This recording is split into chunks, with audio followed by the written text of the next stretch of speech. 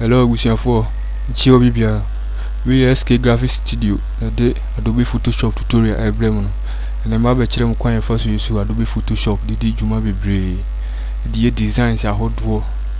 Designs are hot Bibre. I bring in a Photoshop can be. The Mabel require first use Photoshop. The Mabel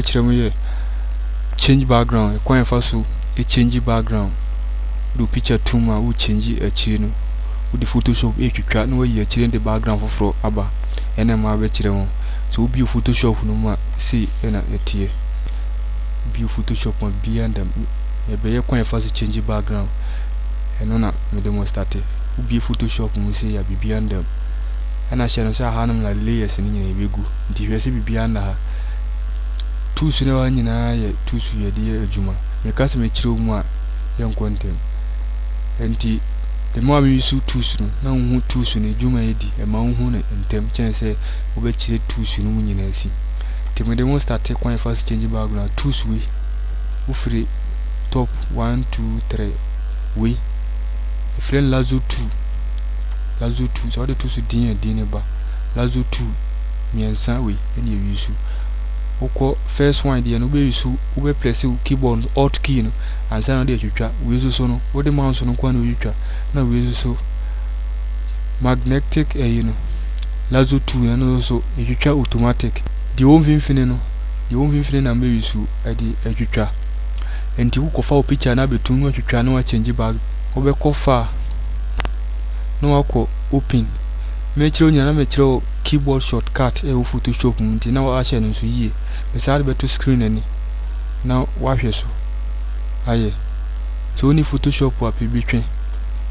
woni me bia betwe bia ko bie Google ne type website we www.getintopc.com ubie sa site wo no betimi asearch Adobe Photoshop CC 2015 version and I'm using to betimi atwe no 2016, 17, 18 to 2021 na wetimi edi aye design timi de link no to anim ha no ubitimi ahwe so na akotwe Photoshop sa enti ukod fa na no aba open mikoyi picture na baba betum ubie mu a se picture no desktop awebo desktop so local this d abeko d ho makoyi wayi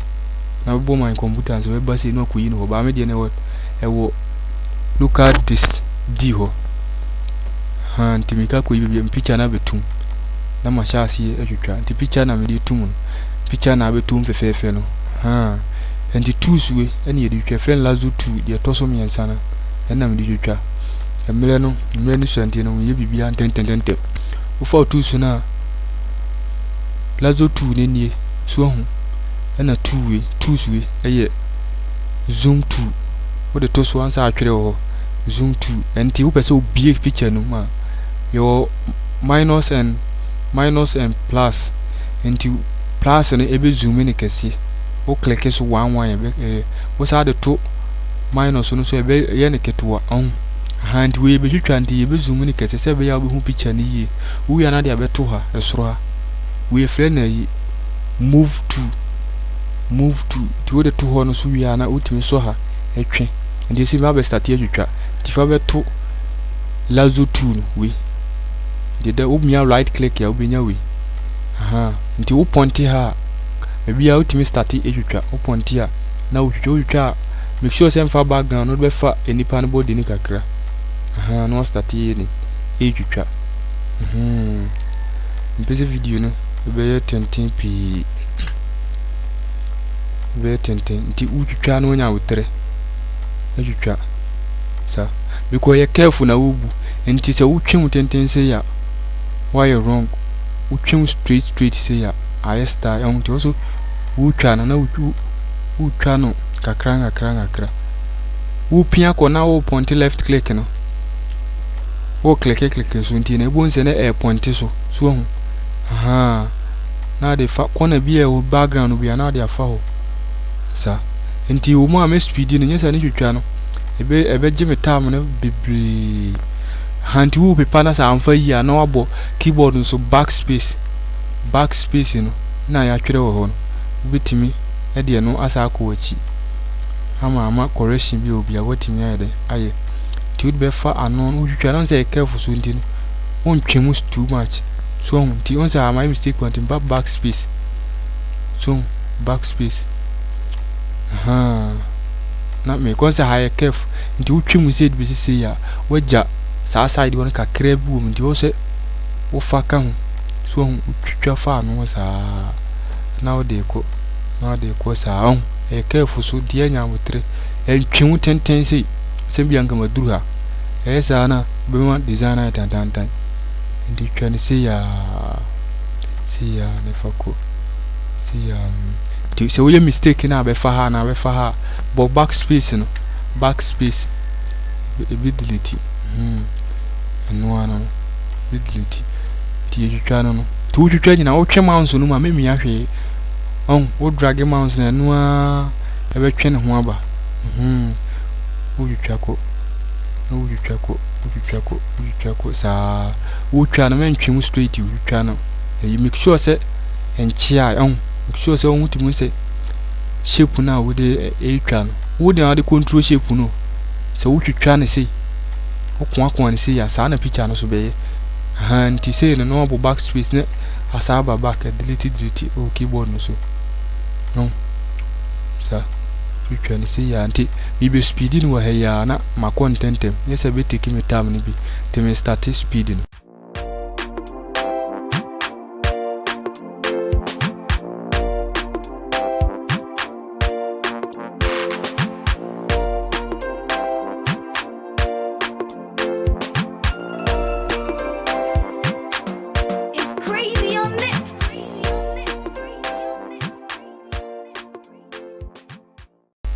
Ti se die me ya ben bia me start twitwa ya no me ya ben bia me start twitwa sa na dia ba we de obi hia on sa high straight line ndi utwi mu na dia be point bia ye no abo double click on say a free ho obo double click ya a free sa abo control z nse mbo control z na asaba na chi ye undo ana redo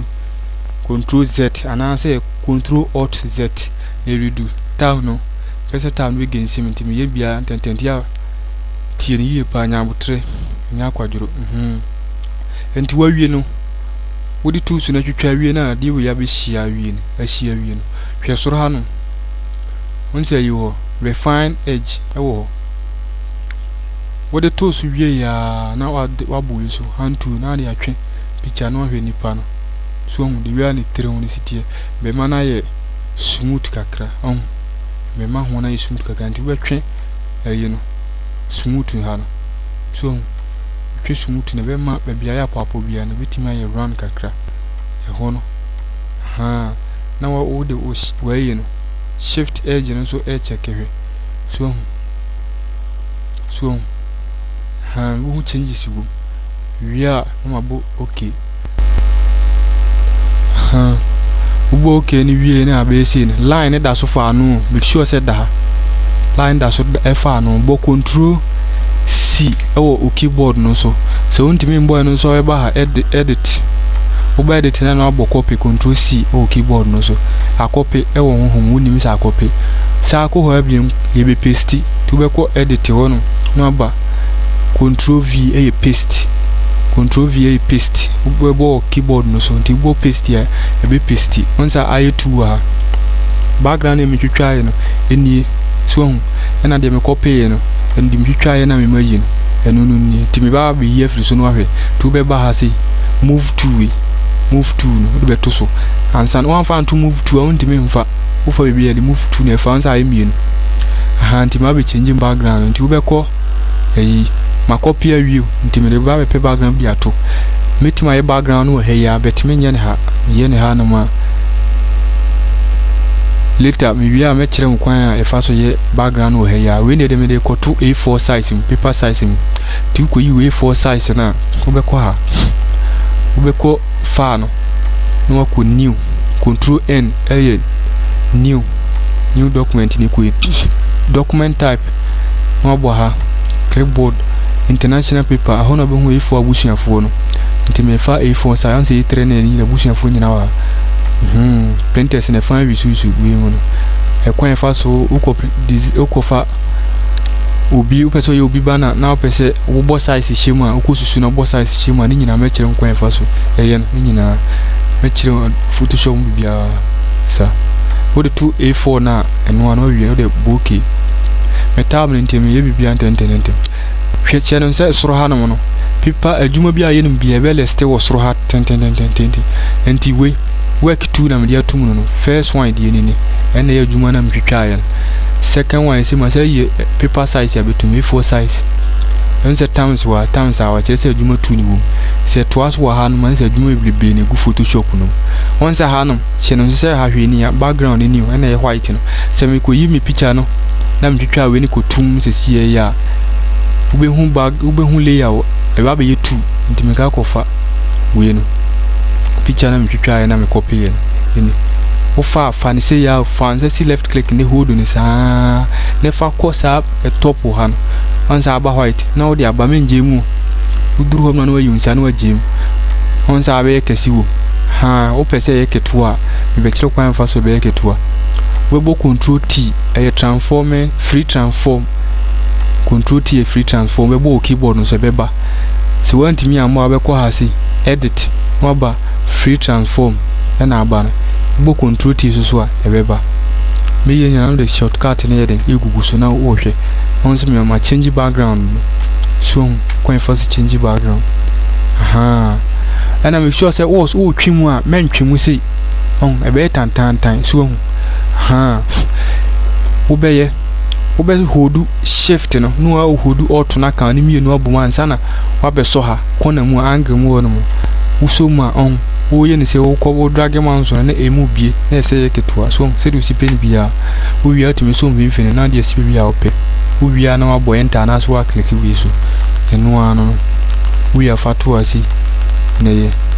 etwetu yi se du sipen wo wi a bibisi wo adwuma no wo be kofa ana bo control ye se beba ma bo save no so na ba edin a pese o de man na de man manfo we are opese obeto aso ado beto PSD ni so ana opese ko picture beto JPEG with media to TIF save format na doso JPEG na ye picture form ti fatua JPEG na ye miensa de to first one de na beto so we bia opese o save ko na wa locate na amano na de ko desktop ana de amfa nko di ho no de ko di ho